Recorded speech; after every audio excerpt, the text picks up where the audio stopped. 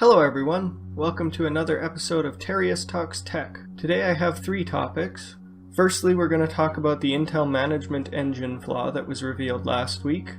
Secondly, Windows 10 seems to have lost 16.75% of the market share according to Steam's October hardware survey. And finally, Samsung is going to be increasing their output of DRAM in order to alleviate some of the ridiculous high prices of memory right now. So first we have the Intel Management Engine Vulnerability.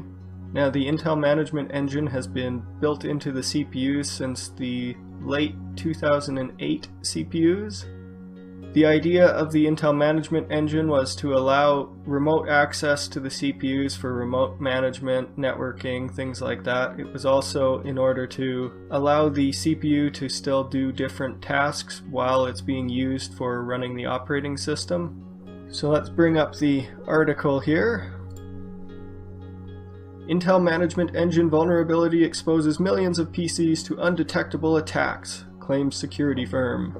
So the Russian-based security firm Positive Technologies has said it will demonstrate an exploit that allows the running of arbitrary unsigned code on any PC with an Intel 6th generation Skylake Core CPU or later. Now it's been long assumed that the IME allows for undetectable backdoors that governments and other agencies can use to spy on users, but it's been very difficult to disable, though Intel does have a kill switch built in that they can activate if they choose that disables it completely. So the experts from the security firm Positive Technologies announced that they had found this vulnerability back in September, and no action was really taken about it. They didn't release any of the information or anything. We don't know if they talked to Intel or contacted them in any way.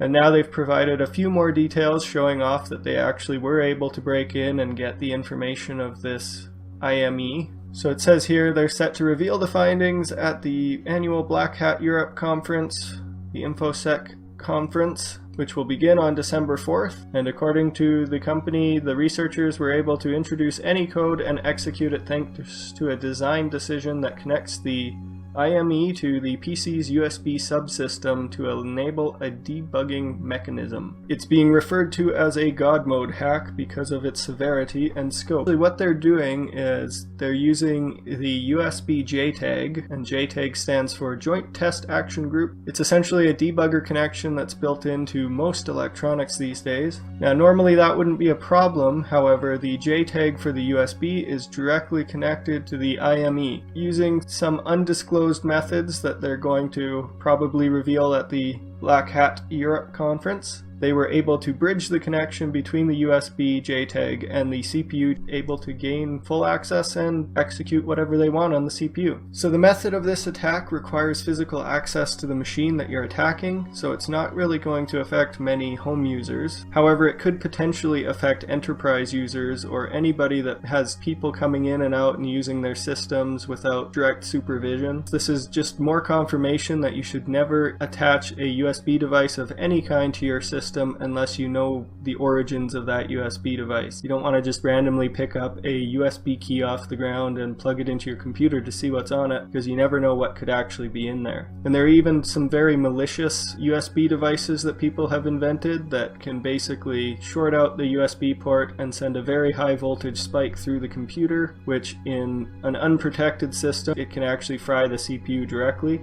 So never plug in a random USB connection or a random USB device into your computer unless you're sure of where it came from or what it is. So next up we have an article about Windows 10 and its 16.75% market share drop. A lot of tech news sites kind of jumped on this story the moment it kind of broke out and Steam released this information, and they were basically saying, oh well, gamers are all abandoning Windows 10. Windows 10 is terrible. The Fall Creators update must be to blame. In reality, it doesn't seem to actually be like that, and most of the newer articles now that have explored the issue further agree that really no, it's probably not anything to do with that. Okay, so here's the Steam hardware survey. And Steam releases this basically every month. It's just an aggregation of their information so that you can see what's popular currently. So the important metric we're going to look at, operating system version. And over here you can see that they're saying Windows 7 is at 63.22%, which is a gain of 22.21% over the previous month. Windows 10 would appear to have dropped by 16.75%. Windows 8 dropped by 2%, which isn't all that terrible. So the interesting thing is the spike of operating system language that went along with this. So if you come down here to language, you can see that there was a 26.58% increase in simplified Chinese. Now, simplified Chinese already had a fairly large portion of the market. English went down by 13.37%. So Windows 10 lost 16.75%. And we lost 13.37% of English. So the main thing I'd like to say here is that people were saying this is losses, but really it's actually gains. So Windows 7 increased by that much, but we didn't lose any Windows 10. Or if we did lose Windows 10, it was a very small portion. You can see that the simplified Chinese increased by 26%. Now you might be wondering, why on earth could this possibly happen? And there's quite a few good theories, but the main theory is it's players unknown Battlegrounds. You can kind of see in this chart by Game Revolution, or whoever made it, that China over September had a huge spike. And if you assume that that spike continued, which according to all of the Steam data, it looks like it did, then it's fairly safe to say that that spike is at least somehow related to the number of players playing this game from China. Now, it did end up being a complete surprise to everybody just how popular this game has become in China. They've quickly surpassed the North American and other Asian countries to become the most populous user base. So we have an article here from TechRadar, and it basically says the same thing. Simplified Chinese is up by 26.83%, now consisting of more than half the user base, with English dropping down 13% to rest at 21%, and that it's fairly certain that the reason for this could be due to the success of PlayerUnknown's Battlegrounds, which is very popular in the country. There's been talk by the Chinese government that it'll actually be banning this game, so we'll see how that plays out. It would be definitely a big hit to PlayerUnknown to lose that many people. So really it seems to be a geographical reflection of the operating system, as they say here. Whether it's because of localization or some sort of language options, it's hard to say. But we can be fairly certain that really what happened was we got an influx of users who wouldn't otherwise be connected to Steam, who wouldn't be using the Steam platform, but now are using it because it's the only way to access this new game. And this game has been a crazy phenomenon in a lot of countries, but mostly in Asia.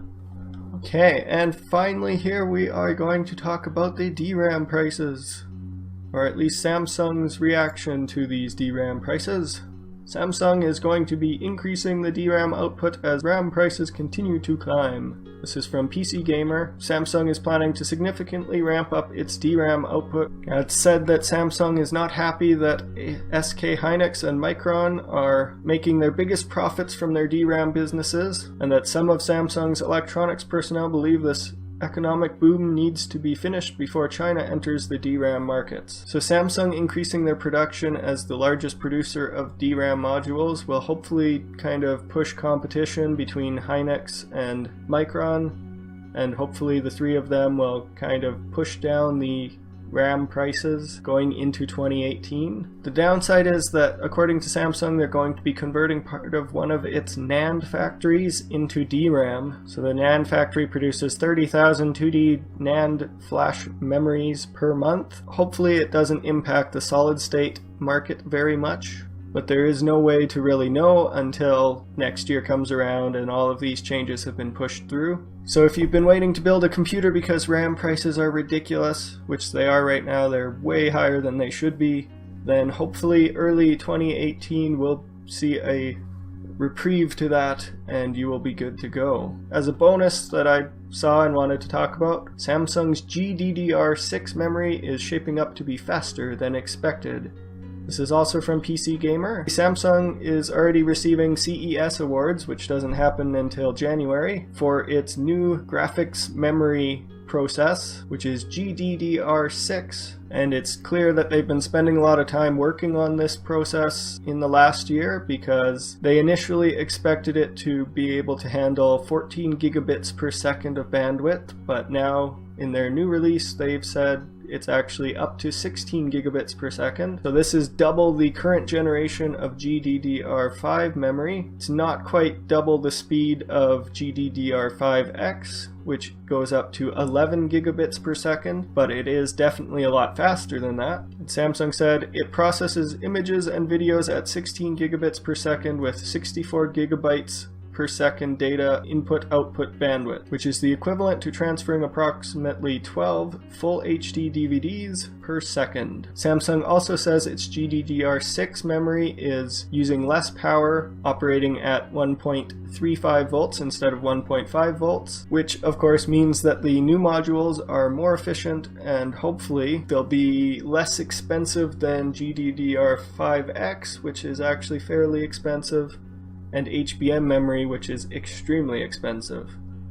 If this is a reasonable competitor to those memories, then Samsung should have the capabilities to kind of push that out there and make it relatively cheaply. The downside is, like with HBM2 memory, Samsung is going to be really the only manufacturer of these memory modules, so that might actually cause some pricing issues. They might end up trying to milk it for what they can while they can before anybody else comes and joins in on the action. And if Samsung's currently on the same timeline as they had originally planned, then we should be seeing these new memory modules sometime next year. Hopefully we'll see some interesting graphics related stuff coming in 2018. So that's about it for this episode of Terrius Talks Tech. I hope you enjoyed this episode. I'm hoping to start posting these every Tuesday, just as something to do, also because I like playing with the green screen back behind me. If you did enjoy this episode, be sure to give it a big thumbs up down below over here. If you're interested in seeing more of these, then be sure to subscribe to my channel. And if you want notifications for when I post a new video, be sure to click on the bell icon. If you have any friends that you think might enjoy this episode, then be sure to give it a share.